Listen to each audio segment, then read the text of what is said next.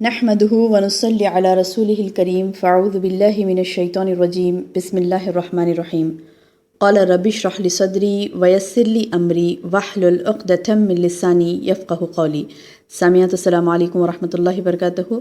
الحمدللہ ہم نے پچھلے دروس میں نواقض اسلام 5 پڑھے تھے. کون سی چیزیں ہیں جو نواقض اسلام میں شامل ہیں، ایسی 5 چیزوں کو ہم نے جانا. آج انشاءاللہ چھٹی چیز دیکھیں گے کہ کون سی ایسی چیز ہے جو انسان کو اسلام سے خارج کر دیتی ہے، مسلمان باقی نہیں رہتا، وہ اس کے اوپر کفر کا فتویٰ لگ جاتا ہے، وہ کافر ہو جاتا ہے. اور جب ایسی غلطیاں بندے سے ہوتی ہیں تو اسے چاہیے کہ وہ فوری علم حاصل کرے اور دیکھے کہ کیا یہ صحیح ہے یا نہیں، جو میں نے باتیں کہی، جو میں نے عمل کیے وہ صحیح ہے یا نہیں. اپنے ایمان کو ہمیں بار بار چیک کرنا چاہیے، اور خدا نخواستہ کہیں ہم میں سے کوئی ایسا عمل نہ کر بیٹھے جو نواقض اسلام میں سے ہو اور ہمیں پتہ نہ چلے، تو یہ بہت بڑے افسوس کی بات ہوگی، کفر پر موت ہوگی. اسی لیے ہمیں چاہیے کہ ہم نواقض اسلام کو جانیں، یعنی ہم خود بھی جانیں اور اپنے سرکل میں، اپنے معاشرے میں، اپنے خاندان میں جہاں بھی مناسب ہو انشاءاللہ ان باتوں کو پہنچانے کی کوشش کریں کہ نواقض اسلام کیا ہے. یہ بہت ہی اہم سبجیکٹ ہے بہنوں، اس پر غور سے اس کو سماعت فرمائیے اور انشاءاللہ اس کو ازبر کر لیجئے، یعنی بائی ہارٹ کر لیجئے، یاد کر لیجئے اسے، اور نہ صرف اپنی حد تک رکھیے بلکہ تمام بہنوں کو جو بھی آپ کے ملنے جلنے والیاں ہوتی ہیں ان کو ہم ضرور نواقض اسلام کے بارے میں سمجھائیں. تو چلیے آج انشاءاللہ چھٹی چیز دیکھتے ہیں ہم نواقض اسلام کی جو کامن ہے معاشرے میں. وہ کیا ہے؟ چھٹواں ہے، جس نے رسول اللہ صلی اللہ علیہ وسلم کے دین میں سے، یعنی جس نے شریعت میں سے کسی بھی چیز کا، یا ثواب کا یا عذاب کا یا شریعت کی کسی بھی چیز کا مذاق اڑایا، وہ کافر ہے.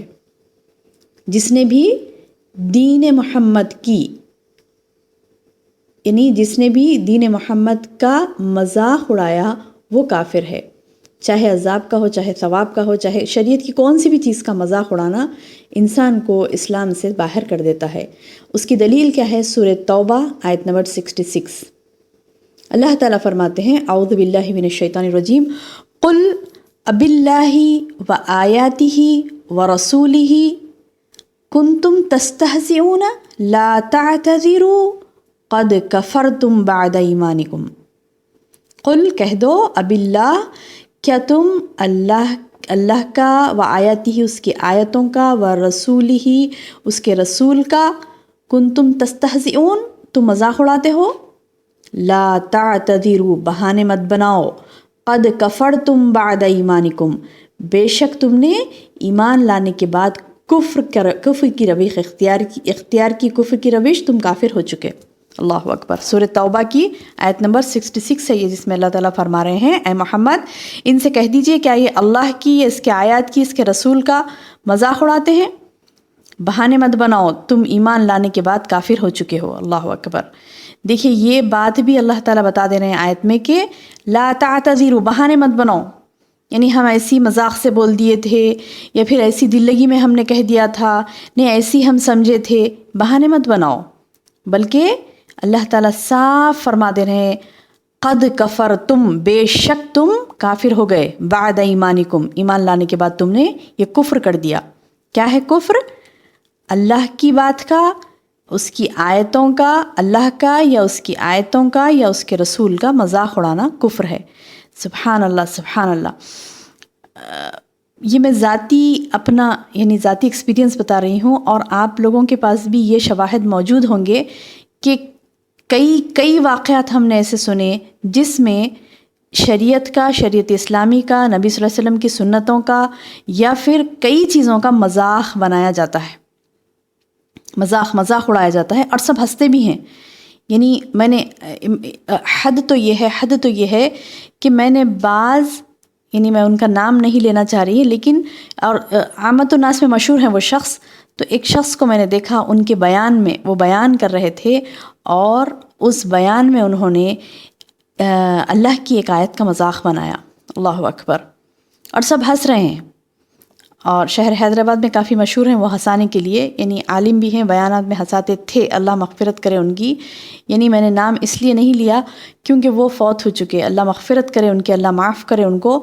کہ کئی مرتبہ میں نے ایسے علم دین جاننے والوں کو بھی دیکھا جو اللہ کی آیتوں کا مذاق اڑاتے ہیں. لیکن میری بہنوں، یہ مثال دینے کی وجہ یہ ہے کہ ہم ہوشیار رہیں، ہم جانیں کہ واقعتاً عالم دین کون ہے. ہماری غلطی کہاں ہوتی ہے؟ ہم اس کو عالم دین سمجھتے ہیں جو بہت لمبی داڑھی والے ہوتے ہیں، یا پھر ہم اس کو عالم دین سمجھتے ہیں جو سفید پوشاک پہنے ہوتے ہیں، یا پھر وہ 10 15 16 سال کا عالم کورس کرے ہوئے ہوتے ہیں، یا اخبارات میں بار بار ان کا نام آتا ہے. سبحان اللہ، یہ پرکھنے کا طریقہ نہیں ہے. یہ پرکھنے کا طریقہ نہیں ہے. پرکھنے کا طریقہ یہ ہے کہ کون صحیح ہے کون غلط ہے. ہم یہ دیکھیں کہ کیا وہ قرآن اور حدیث کی بات ہی کہہ رہے ہیں یا اس کے علاوہ اور کوئی دل لگی ہنسی مذاق کر رہے ہیں. اگر کوئی قرآن اور حدیث سے ہٹ کر کوئی بات کرتا ہے تو چاہے وہ آپ کو کتنا بھی بڑا نظر آئے، لیکن وہ بڑا نہیں ہے. بڑے وہی ہیں، عالم دین وہی ہیں، جید عالم وہی ہے جو صرف اور صرف قرآن اور حدیث کی بات کرتا ہے. قرآن اور حدیث سے ہٹ کر کوئی بات نہیں کرنا چاہیے. اپنے یعنی کئی مرتبہ ایسا ہوا ہے کہ ہم نے کئی جگہ دیکھا بیانات میں، بعض جگہ لوگ جہل سے کام لیتے ہیں اور مذاق بناتے ہیں، یعنی جوکس بناتے ہیں شریعت کے اوپر. نعوذ باللہ من ذالک. انٹینشنلی نہیں کرتے، واقعتاً کوئی انٹینشنلی نہیں کرتا، لیکن ہوتا ہے. اسی لیے تو اللہ نے کہا لا تعتذروا، بہانے مت بناؤ. یعنی یہ بات کیوں آئی؟ لا تعتذروا کی بات کیوں آئی؟ بہانے مت بنو. یعنی ہوتا ہے ایسا کہ لوگ مذاق اڑا دیتے ہیں، مذاق کر دیتے ہیں اور کہتے ہیں کہ ہم نے انٹینشنلی نہیں کیا، یا پھر ہم نے ایسے ہی کہہ دیا تھا، ہمارا مطلب یہ تھا، ہمارا مطلب وہ تھا. یہ سب بہانے کی کوئی گنجائش نہیں ہے. یہ سراسر نواقص اسلام میں سے ہے کہ کوئی شریعت اسلامی کا مذاق اڑائے.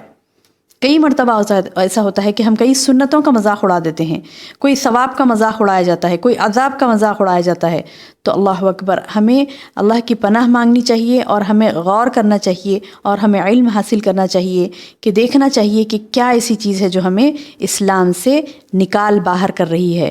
جب ہم سے خدا نخواستہ ایسی چیزیں ہوئی تو پھر ہمیں فوری کلمہ پڑھنا چاہیے تاکہ ہم دوبارہ اسلام میں داخل ہو جائیں.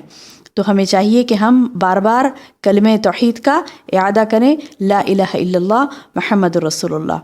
اللہ تعالیٰ سے دعا ہے کہ اللہ تعالیٰ ہمیں کہنے اور سننے سے زیادہ عمل کی توفیق عطا فرمائے. آمین یا رب. السلام علیکم ورحمۃ اللہ وبرکاتہ.